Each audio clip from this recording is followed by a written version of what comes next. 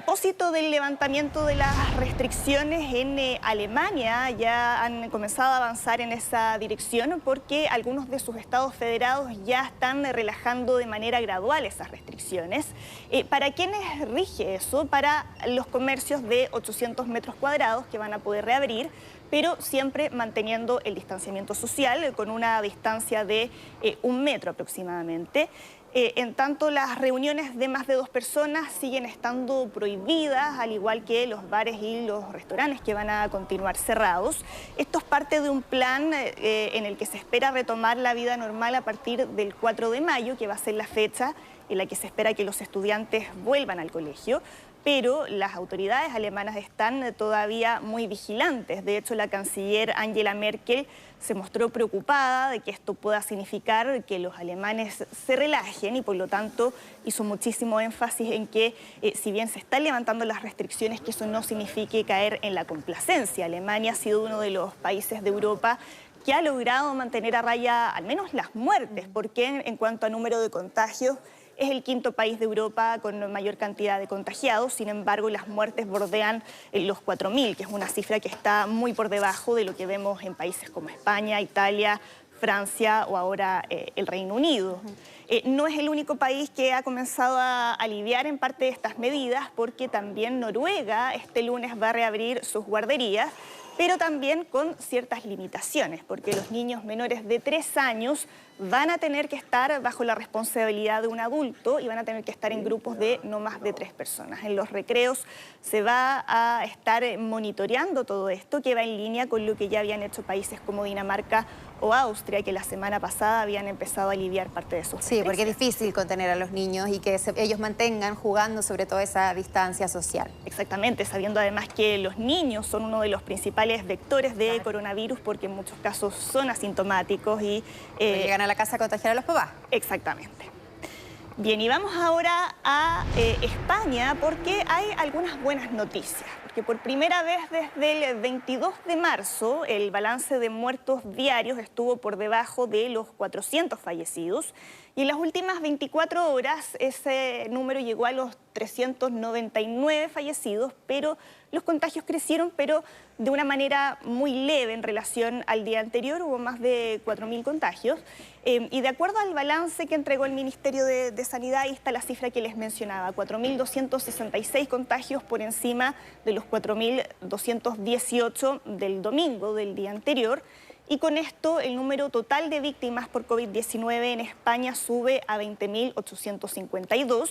De todas formas, son cautelosas las autoridades españolas porque es normal que los fines de semana haya cierta baja en los números de contagiados y de fallecidos porque hay un retraso en los reportes que entregan desde las distintas regiones de España. Por lo tanto, el día martes es el día más indicado para ir haciendo una evaluación de cómo ha ido avanzando. Y acá pasa lo mismo, porque cuando te hacen el test te hablan de días hábiles para la entrega. Entonces dicen que el día martes ahí es el día en que uno se puede hacer una idea más clara de cómo ha evolucionado la situación en el país. Pero lo que sí dijeron las autoridades de salud es que el pic de los contagios al parecer ya está quedando atrás. O sea, si recordamos lo que veíamos hace un par de semanas en que los números de fallecidos superaban los 900, ahora sí estamos viendo una diferencia clara en eso. Y creen que, por lo tanto, están empezando a tener efecto todas las medidas de confinamiento que regían desde mediados de marzo y donde ahora el objetivo del presidente Pedro Sánchez es poder extenderla al menos hasta el 9 de mayo, que es algo que de todas formas tiene que ser aprobado por el Congreso de los Diputados, pero el próximo miércoles de esta semana se espera que solicite esa prórroga. Ahora, sin duda fue un ejemplo el cómo los españoles respetaron efectivamente la cuarentena. Además, claro, y donde también ahí han tomado algunas medidas de a poco para empezar a retomar un ritmo normal. El lunes pasado se habían abierto algunos comercios no esenciales, también guardando las distancias, con el uso de mascarillas que se estaban repartiendo en el transporte público, algo que no es obligatorio, pero sí está recomendado. Ahora también España tiene el problema de las divisiones en la clase política, que ha dificultado poder llegar a acuerdos. Varios le están exigiendo más claridad a Pedro Sánchez respecto a qué es lo que quiere después del 9 de mayo, de qué manera se va a empezar a retomar algo más de normalidad. guardando todos los resguardos. Sí, esa normalidad entre comillas. Una nueva normalidad, claro, al menos hasta que no se encuentre la vacuna. Pero sí es un tema que ha estado muy presente, donde se ha acusado también a Pedro Sánchez de ocultar algunas cifras en un claro contrapunto a lo que ha sido la vecina Portugal, por ejemplo, donde ahí sí se ha visto mayor unidad en torno a la clase política a la hora de enfrentar lo que significa esta crisis. Y pasemos a propósito a hablar de otro de los países que se suele mencionar como ejemplo de éxito en esta crisis, que es Nueva Zelanda. Y la primera ministra Jacinda Ardern anunció que a partir del 28 de abril van a empezar a levantarse las restricciones. Ahí se espera que empiecen a retornar a trabajar, que reabran las escuelas. Se va a rebajar el nivel de alerta de 4 a 3. Y a partir de esa fecha van a esperar otros 14 días más para seguir evolucionando, seguir evaluando, cómo evolucionan los contagios y decidir si es que continúan rebajando el nivel de alarma. Nueva Zelanda es considerado uno de los países modelo en el manejo de esta crisis. Tiene 12 fallecidos, 1.400 contagiados, y de esos contagiados ya hay más de 900 que están recuperados. O sea, la estrategia que ellos implementaron desde el principio ha tenido mucho éxito. Cuando todavía no tenían ni un fallecido y tenían pocos contagios, decidieron cerrar sus fronteras. La geografía de Nueva Zelanda también ayuda en eso. Sí, pero reaccionaron muy rápido. Mientras que varios gobiernos fueron reactivos, ellos efectivamente, tomando en cuenta el escenario internacional, tomaron las medidas pertinentes. Exactamente, y además el liderazgo de la primera ministra también ha sido muy destacado a nivel mundial. Ella le ha hablado con firmeza a los neozelandeses, suele dar ruedas de prensa muy breves, concisas, apelando a la empatía, muchas transmisiones a través de las redes sociales, dispuesta a responder preguntas y dándole un sentido al mensaje de quedarse en casa, con una frase que es quedarse en casa para salvar vidas, que eso ha ayudado también a que los habitantes de ese país tomen conciencia de lo que significa esta crisis.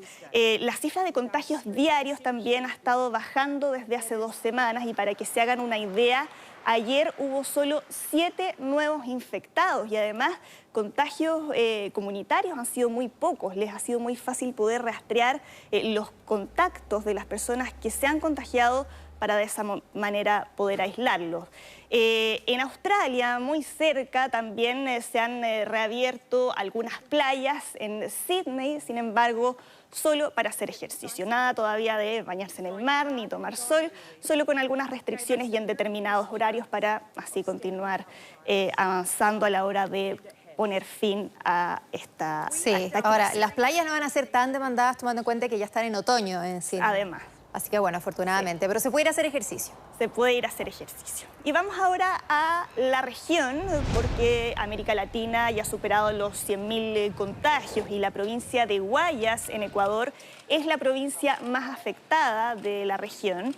Y el Colegio Médico de la provincia publicó una lista con los nombres de los 86 médicos que han fallecido producto del coronavirus, donde solo en la provincia de Guayas hay 700 médicos que han resultado contagiados por el COVID-19. Por lo tanto, al igual como ha sucedido en otras partes del mundo, están haciendo mucho hincapié en la necesidad de proteger al personal sanitario. Y en la ciudad de Guayaquil, que se encuentra precisamente en la provincia de Guayas, más de 6.000 personas han muerto en los últimos días.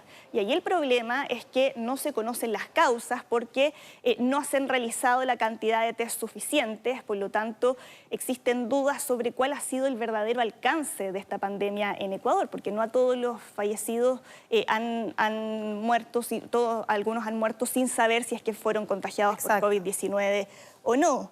Y según eso, se cree que el número de víctimas en Ecuador puede ser mayor de lo que reportan las autoridades oficiales, porque el gobierno de Lenín Moreno ha dicho que 474 personas han muerto, que hay más de 9.000 casos confirmados, pero en vista de estas dudas que existen y de la falta de transparencia, además, en muchas de las localidades, es que se cree que esa cifra podría ser muchísimo mayor.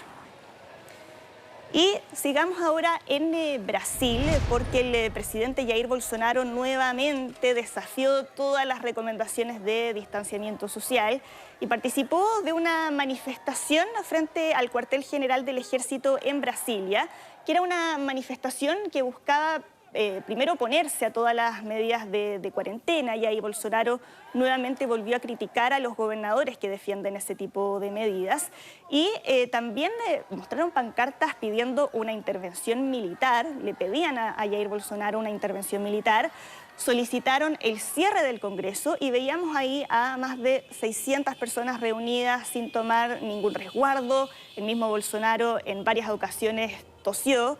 Esta vez, a diferencia de lo que habíamos visto en semanas anteriores, no salió a darle la mano a la gente ni a saludarlo. ¿Y todo esto tiene un trasfondo económico? El argumento que da Jair Bolsonaro es que no se puede paralizar al país, que hay que proteger la economía, y eso lo había puesto en conflicto con Luis Enrique Mandetta, su exministro de Salud, a quien finalmente le pidió la renuncia, porque él sí hacía un llamado a respetar las medidas de distanciamiento social, a apoyar a los gobernadores que habían dictado cuarentena, y que es algo en lo cual también concuerdan el Congreso y el Poder Judicial de Brasil. Las escenas que vimos el fin de semana en ese país son muy similares a las que observamos en Estados Unidos, donde estados como Sao Paulo, que es sin duda uno de los más afectados, fue escenario de varias protestas, de caravanas contra las medidas de confinamiento.